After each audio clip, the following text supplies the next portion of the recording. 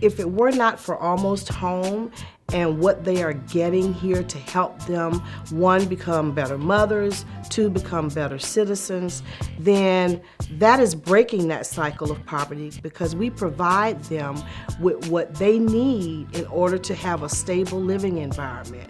I always say that this is a sanctuary of hope, cleverly disguised as a transitional housing program. Yes, I love my apartment. It's my sanctuary. It's everything. Almost Home exists to end the cycle of poverty 2 generations at a time. No talking out of turn.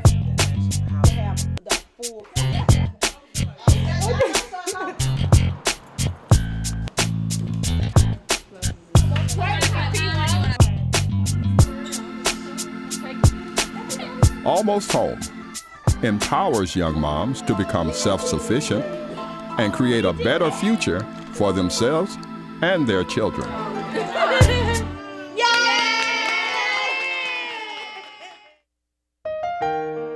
I was always impressed by Sister Irene and Sister Jacinta. They were go-getters, they were smart, they were strong, they were courageous.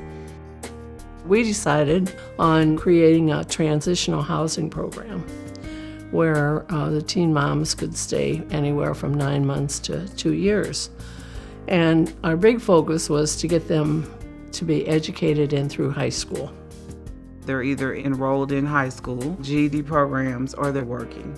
The girls we have now are pretty much motivated. They want to do something, they want to make a difference. Well, go after what you were created to do. They don't want to be homeless. They want to take care of their children.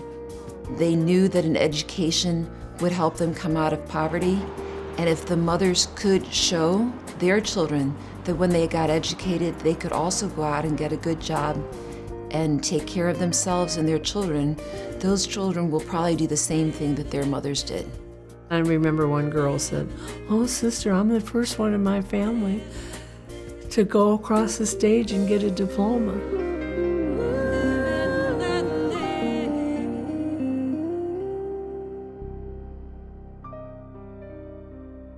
They did give me tools to bring me out of a dark place in my life.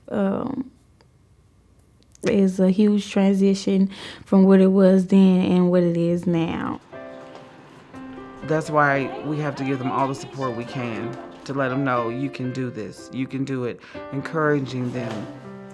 I used to be mean. I had a bad attitude. A lot of my friends say, what happened? You changed. Some things you have to change. You have to change your mind frame to get further in life.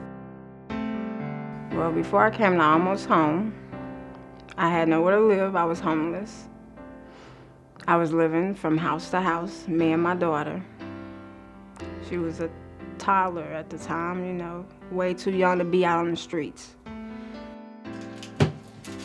When they come to Almost Home, there's structure, stability, and I think they feel that they're loved here, someone cares, someone's gonna look out for them, look out for their best interest.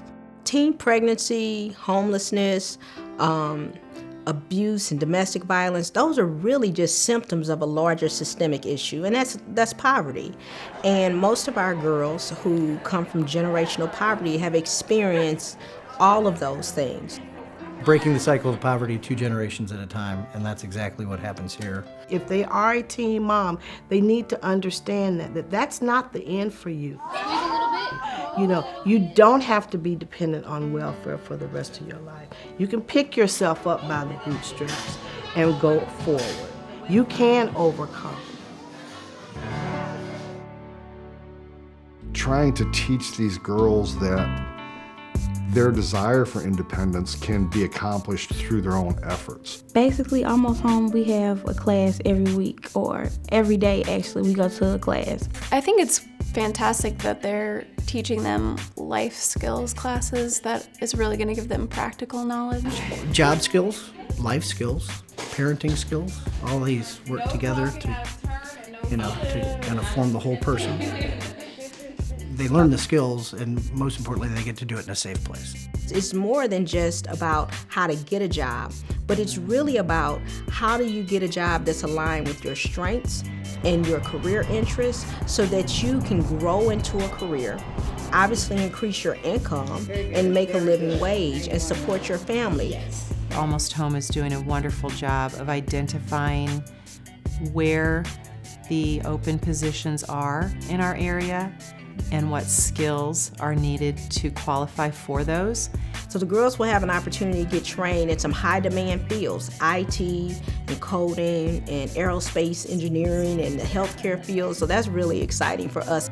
I really enjoy working as a CNA. I love helping people. That's in my nature as a woman to be a care provider.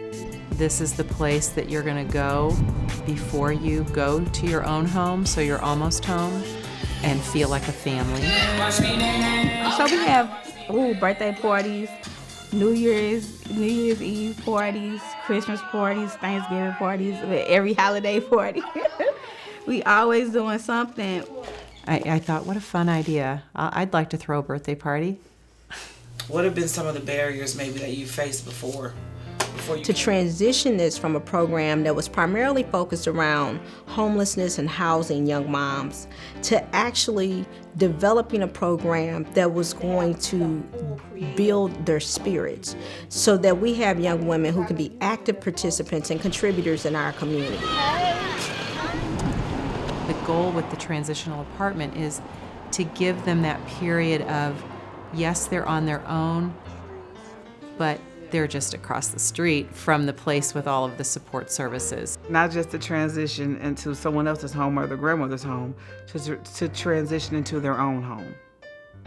For up to 8 years, young women can continue receiving the same services from Almost Home. And more importantly, they maintain the relationship and that sense of having family and a home base. Tax, car registration, I know that's once a year. We've recently established an alumni program where the alums are now coming back and volunteering to assist the young ladies who are currently here. And when we follow up and keep in contact with the alumni and watch their success, that's when we really see the impact on the community. And usually if I meet someone who just moved in, I tell them you have to be focused and worry about what's in front of you, which is your child, you finish school, or whatever your goals are. We all need to support children and our future. And the girls that are here are still children too.